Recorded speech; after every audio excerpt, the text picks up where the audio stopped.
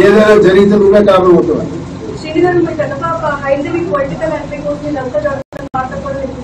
Political entry దైవాదేవుడు మంచిదే జరిగితే తండ్రి సపోర్ట్ అడిగారు కదా, ఇచ్చి చెప్తాను కదా. నేను ఎవరికైనా లేదు నాకు వద్దు పాపకి అయితే పాప పేరు ప్రకటించుండేవాడు. టికెట్ నాకు వద్దు కానీ ప్రకటించకుండా ఉండి ఎవరైతే నాకే ఉంది, నా కూతురు అయితే నాకే ఉంది, భార్య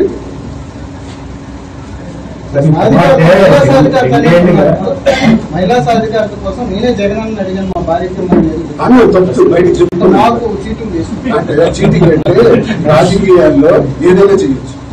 రాజకీయాల్లో ఆ పరిస్థితి సమయం కోసం అశ్వత్థామ అత కుంజరహ నరవ కుంజరహ అన్నాడు. అంటే ఏనుగు చచ్చిపోతే మనిషి అశ్వత్థామ చచ్చిపోయాడని ద్రోణుడు బాణం విడిచిపెట్టేయాలని అన్నాడు. రాజకీయంలో చేయొచ్చు. ఆ సందర్భానికి ధర్మరాజు అబద్ధం ఆడవలసి వచ్చింది. ఆ సందర్భానికి నాలాంటి సామాన్యుడు కూడా రాజకీయం అబద్ధం కాదు, రాజకీయం అదే. దానికి అబద్ధము నిజాయితీ అని పదం రాజకీయ డిక్షనరీలో ఉండదు. రాజకీయ డిక్షనరీ నిజాయితీ పదం చూపించండి. సార్, మీరు ఒక రాజకీయ నేతగా ఎన్నో వివాదాలను పరిష్కరించారు. ఇట్లా మీ కుటుంబ సభ్యులు, మీ కుమార్తెలు ఇంటి దగ్గర ఉన్నారు, వాళ్ళకి మీరు ఏం చెప్తారు? ఇంకే పరిష్కారం లేదు. ఆల్రెడీ నేను నిర్ణయానికి వచ్చాను. డివోర్స్ సార్, డివోర్స్ ఒకవేళ ఆమె కూడా డివోర్స్ ఇస్తే మీ ఇద్దరు వివాహం చేసుకునే అవకాశం ఉందా? చెప్పండి, కాలం లేదు.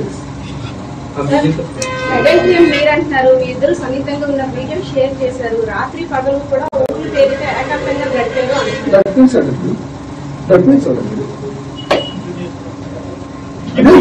ఇంత చేస్తే ఏ భార్య సహిస్తుంది సార్? రెండేళ్లుగా అటు ఇటు తిరుగుతున్నాను, గుడికి వెళ్ళారని మీరే చెప్పారు. సో ఆమెకి లోపల హుమిలేట్ అవుతుంది కదా సార్. నేనే భూప్రపంచంలో తప్పు చేశాను, ఉన్న ఏ మానవుడు తప్పు చేయలేదని కాదు సార్. ఇక్కడ అందరూ చేస్తే అందరి బాధ్యతలు కాపాడుకుని వస్తున్నారు సార్. కాపాడుకొని రక్షించుకోవాలి కాబట్టి ఆ కుటుంబాల మహాతల్లులు, భారత స్త్రీమూర్తులు ప్రతి మగాడి జీవితాన్ని కూడా కాపాడుకుంటూ వస్తేనే ఆ మగాడి జీవితం వర్ధిల్లుతుంది సార్. మగాడి జీవితం కోటాది కోట్ల కుటుంబ వ్యవస్థల్లో బాగున్నాయంటే ఆ స్త్రీమూర్తి పాదాలకు నమస్కారం. మన భారత స్త్రీమూర్తి పాదాలకు నమస్కారం. భారత స్త్రీమూర్తి ఈ విధంగా ప్రశ్నించడం మొదలు పెడితే ఏ మగాడు బాగుపడలేడు, ఏ మగాడు బ్రతకడు, ఏ కుటుంబ వ్యవస్థ కూడా నిలబడదు. సామాన్యుడి నుంచి ఉన్నతమైన వ్యక్తుల వరకు ప్రతి కుటుంబంలో ఉంటాయి, కానీ పరిష్కరించుకునే మార్గాలు లేదు. నేను ముందే మీకు చెప్పాను, నేను తప్పు చేసి ఉంటే 4 గోళ్ల మధ్య మాట్లాడాను, నేను చూడమాడాను.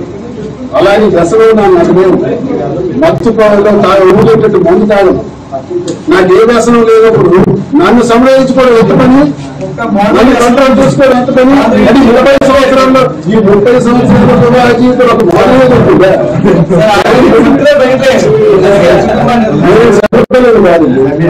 మా 58 లో ఎన్నో చూశాను. ఈ స్థాయికి ఎన్నో సమస్యలు ఎదుర్కొంటే ఇక్కడికి వచ్చాను, ఎన్నో ఎదుర్కొంటూ వచ్చాను. నేనేదో టంప్ అయిపోయాను, డ్రాప్ అయిపోయాను అని నేను చెప్పిందంటే మనస్సాక్షిగా చెప్పాను. పవన్ కళ్యాణ్ ఇలాంటి విమర్శలు చేసే ఇప్పుడు అదే సిచ్యువేషన్ ఏం చేస్తాను సార్? మీడియాలో చూశాను, అబద్ధాలు మీడియాలో చూశాను. దివాళ సింగ్ ఇప్పుడు అలా అన్నాడు, ఇప్పుడు దివాళ సింగ్ రేట్ చేశాను అంటే నా జీవితంలో ఏం చేస్తాను? పవన్ కళ్యాణ్ చేసింది 2వ వివాహం, 3వ వివాహం కరెక్ట్ అని నేను చేసినంత మాత్రం కరెక్ట్ అని అడగట్టాను.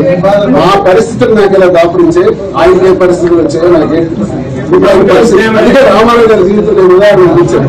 ఆయనకే పరిస్థితులు వచ్చాయో వివాహం తీసుకోవచ్చు, పవన్ కళ్యాణ్ గారికి ఏ పరిస్థితులు వచ్చాయో ఆయన వివాహం తీసుకోవచ్చు. నాకే పరిస్థితులు వచ్చాయో మీరు చెప్పారు, అందుకు నేను వివాహం చేసుకోలే.